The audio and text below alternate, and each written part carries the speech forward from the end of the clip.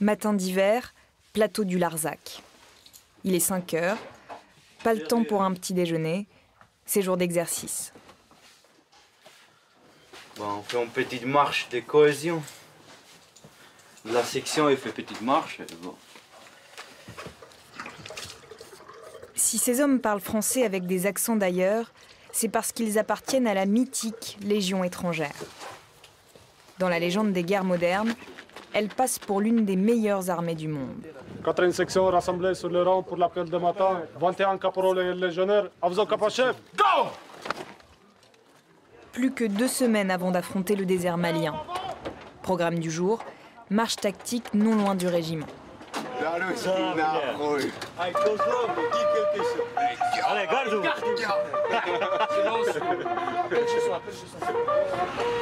Ces hommes viennent du monde entier pour servir la France, cette patrie qui n'est pas la leur. En échange d'une nouvelle vie, ils se convertissent à la Légion étrangère. Pour créer un bloc homogène et solidaire avec 140 nationalités différentes, une discipline d'acier s'impose. C'est bon, mon instant complet. On est parti pour une marche de vingtaine de kilomètres, avec 400 mètres de dénivelé. Direction, c'est la cavalerie, sud-est, formation, une colonne. Le légionnaire Maxime est belge. On le surnomme le petit frère parce qu'il est le plus jeune de la compagnie. Depuis qu'il est enfant, son rêve est d'intégrer la Légion étrangère. Il s'est engagé à l'âge minimum requis, avec l'autorisation de ses parents. Et dès que j'ai eu 17 ans et demi, le 6 février, direction Paris, engagé à Paris, une semaine à Paris, puis au Bagne. Et puis voilà, c'est parti, quoi. On a de mon âge qui s'engage, mais après, il ne reste pas. Il demande à partir civil. Avant la Légion, Maxime perpétuait la tradition familiale chez les compagnons du Tour de France. Il était apprenti charpentier. Ouais, moi, mon père, il voulait aussi que je reste chez les compagnons, parce qu'il est compagnon aussi, donc ça lui faisait super plaisir. Mais après, voilà, comme il m'a dit, de toute façon, je ne vais pas t'empêcher de faire ce que tu veux. Et si tu veux y aller, eh ben vas-y, mais vas-y à fond, quoi. Mais quand il m'a déposé à Paris, il m'a quand même dit, oui, si tu veux faire demi-tour, c'est bon, tu peux rentrer à la maison, quoi. Et je dis non, non. Et voilà, maintenant, il est super fier, il est content, quoi. Puis voilà, je le vois aussi quand il parle. Il est content de dire, ouais, mon fils, il est à la Légion étrangère, quoi. Pendant près de 2 ans, les hommes renoncent à certaines libertés. Ils ne peuvent ni devenir propriétaires, ni se marier. Ils ne possèdent pas de papier d'identité civile et servent sous un nom d'emprunt. Les légionnaires préparent la mission depuis plusieurs mois. Dans ces caisses, l'armement, les gilets pare-balles, les postes radio ou encore les lunettes de vision nocturne. Autant de matériel indispensable au combat, transporté vers le désert par voie aérienne en amont du départ en mission. Le sergent Giacomo est italien, 10 ans de Légion, 2 tours en Afghanistan. C'est la première fois qu'il se rend au Mali. Le but, c'est partir en opération. C'est pas rester au quartier. C'est pour combattre le terrorisme, bien sûr, pour pas que ça arrive ici, en France ou en Europe. C'est ça le but. Pas très loquace, l'Italien n'est pas habitué aux caméras. Vous n'avez pas très envie de me parler, non? Non, il y a beaucoup de travail. Ouais. Allez, cassez rien. De l'autre, de l'autre. Opérons.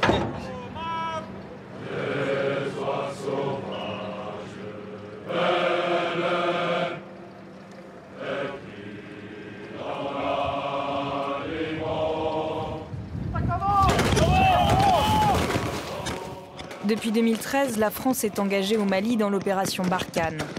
Elle soutient les forces armées maliennes dans leur lutte contre les groupes djihadistes. C'est cette mission que les légionnaires vont accomplir pendant 4 mois. Vous allez récupérer les munitions avec le sergent et vous en remettez en place pour un nouveau déroulé. Donnez les cibles balles. Oui, donc pour le Yoda... À 4300 km des plaines austères du Larzac, quelque part au Mali, près de la frontière nigérienne, nous retrouvons le sergent Giacomo, l'Italien, et ses hommes. Ils ratissent une zone où de violents combats ont eu lieu 4 jours plus tôt entre l'armée française et ses adversaires. Dans cette zone circulent plusieurs groupes armés djihadistes, parmi eux l'État islamique dans le Grand Sahara. Kouta, tu as trouvé quelque chose? Un étui. Comme ça, Kouta. Tous comme ça. La même calibre, oui. À Bleu 221, donc sur ma position, au sol, des étuis de canon 30 mm du Tigre avec ces maillots, environ une quinzaine.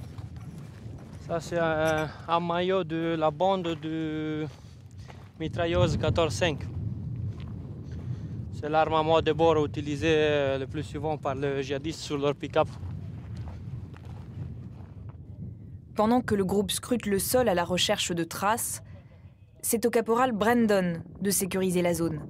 Cet Américain du Tennessee a appris dès l'adolescence à se servir d'une arme. We haven't had contact, so I haven't had to use it. Lors de l'assaut, un soldat français a été blessé par balle, une vingtaine de djihadistes mis hors de combat. Ici, la mort ou la blessure sont de simples hypothèses de travail. On n'a pas peur. On est prêt, c'est tout. Personnellement, je ne pense pas trop à la mort, parce que de toute façon, si on est destiné à mourir un jour, voilà, ça arrive. Les légionnaires passeront la nuit sur ce camp, une base temporaire où il ne reste jamais plus de 24 heures. Chaque soir, c'est le même rituel. Installer les lits pliants, nettoyer les armes malmenées par la poussière, charger l'eau dans les véhicules et refaire les sacs. La base, c'est 24 heures d'autonomie. Bon, il y a juste un menu que j'aime pas, c'est le numéro 3, c'est Navaran d'agneau, c'est dégueulasse. Donc ça, à éviter. En Afghanistan, les combats étaient quotidiens. Ici, au Mali, ils se font attendre. On est supérieur en nombre et en équipement. Donc je ne pense pas qu'ils vont se confronter contre la force suivante. Parce qu'ils sont trop faibles contre nous. Ouais. Courir après un ennemi qu'on ne croise jamais, rien de plus frustrant pour un légionnaire. Peut-être on va avoir la chance un jour. Ouais. Depuis sa création au milieu du 19e siècle, la Légion étrangère donne une seconde chance à des hommes au passé encombrant, comme Brandon. Comme son père et son frère avant lui, le jeune homme aurait voulu entrer dans l'armée américaine. I got a DUI, driving under the influence, so that's why they will let me in. Même après 4 ans, ses camarades ne se sont pas habitués à ses goûts musicaux. Not good country music. Yeah, what are you talking about? It's American country music. It's the rednecks of America. Yeah, what are you talking about? You're Croatian. You don't know country music. Brandon a 37 ans et n'est pas marié. Ses permissions, il les passe aux États-Unis avec ses neveux et nièces. You never know what, military, so you never know what's going to happen, so I try to spend time with people that are close to me as much as I can. Would you like to start a family of your own when you get out? Oh, of course. I'm looking forward to doing that as well. Find the right person, have a family, have little kids of my own, so.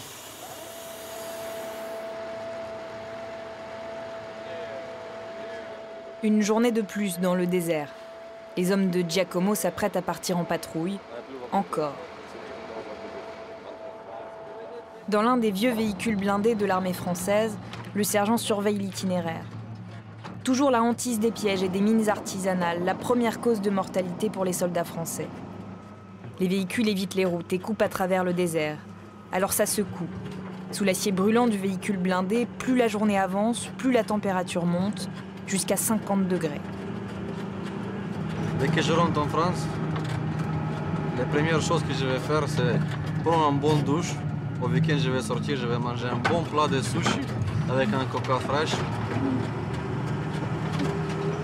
Des fruits. Je vais regarder quelques films. Le premier week-end, je sors. Bien sûr, je vais sortir quelque part. Montpellier peut-être. Je vais à la mer. Voilà, c'est ça qu'est-ce que je fais. Débarqué. Aujourd'hui, La mission des légionnaires est d'inspecter un sous-bois où aucun soldat français n'est passé avant eux. Ils arrêtent chaque personne qu'ils croisent pour recueillir des renseignements. Il y a un civil qui vient d'annoncer qu'il y a 3 motos qui viennent tailler la route vers le sud. Allez, 23. Some of the people are very helpful, the civilians, because they want to get rid of the terrorists. And so, or they could be working for them and getting paid to say, hey, we went this way, and they went the other way. So hopefully it's true that he's telling us the real information. So, you know, a lot of these civilians are good people. You know, they don't have a lot, and then there's always those bad people that want to use the civilians to hide, and they fight like cowards. They use the civilians to hide and everything like that, and threaten the civilians. But On est dans une forêt très diffuse qui pourrait tout à fait servir de refuge. Les hommes sont à l'affût de la moindre trace de vie. Ici, la végétation forme un genre d'abri. Ce sergent s'approche. Des restes de feu, mais pas seulement. Ça, par contre...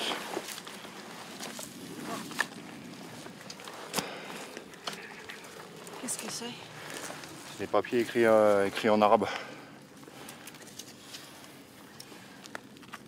Bleu 4, ici Makoskar, donc je suis tombé sur un genre de campement avec des restes de feu et des papiers déchirés marqués en arabe dessus parlé. Mike India Makoskar suivi. La zone, on voit, c'est couvert, comme ça quand l'avion est en train de passer, il n'y a personne qui voit. Et en plus, on est juste à l'oued là, juste à la fin de l'oued là, ils voient tout ce qui passe. Et eux, ils sont cachés et nous, on passe, on les voit pas. C'est bien caché là. Des photos des documents sont envoyées à un traducteur. Il s'agit de sourates et de données GPS. C'est un vrai jeu de puzzle. Hein. Oui, pas encore. Cette fois encore, des indices, mais un ennemi toujours invisible.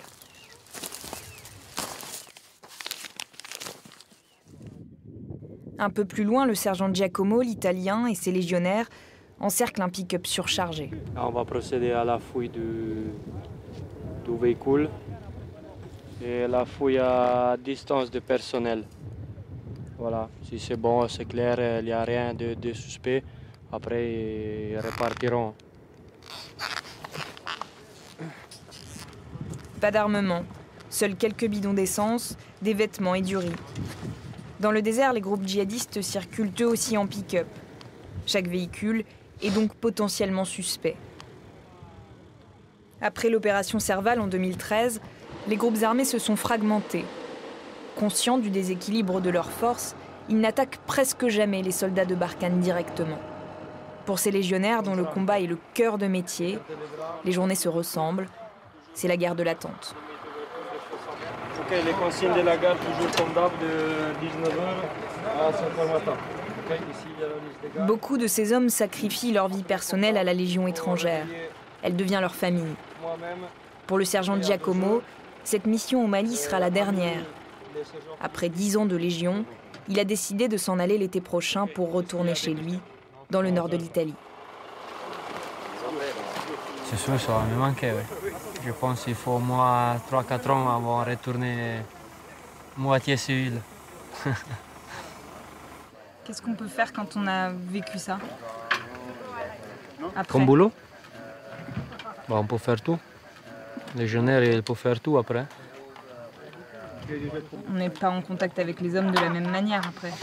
Non, on ne peut pas les faire pomper si ça se passe mal, oui, ça c'est vrai. Meneur d'hommes, respecté par ses légionnaires, il ne nous dira jamais pourquoi il s'est engagé. Qu'est-ce que vous avez trouvé à la Légion? Beaucoup de choses, des camarades pour tout le reste de ma vie. J'ai voyagé dans des pays où je n'ai jamais été. En fait, pour moi, ce n'est pas un boulot, c'est une passion, on peut dire comme ça. C'est quelque chose que vous avez dedans. Voilà, c'est pas quelque chose que vous apprenez 100 personnes à la Légion. Voilà. Nous laissons le caporal Brandon et le sergent Giacomo sous le soleil brûlant du Sahel pour encore 2 mois de mission. Les hommes entrent à la Légion étrangère comme on entre en religion, un sacerdoce. La Légion pardonne les erreurs du passé et adopte les légionnaires comme des fils, mais à condition qu'ils se donnent absolument.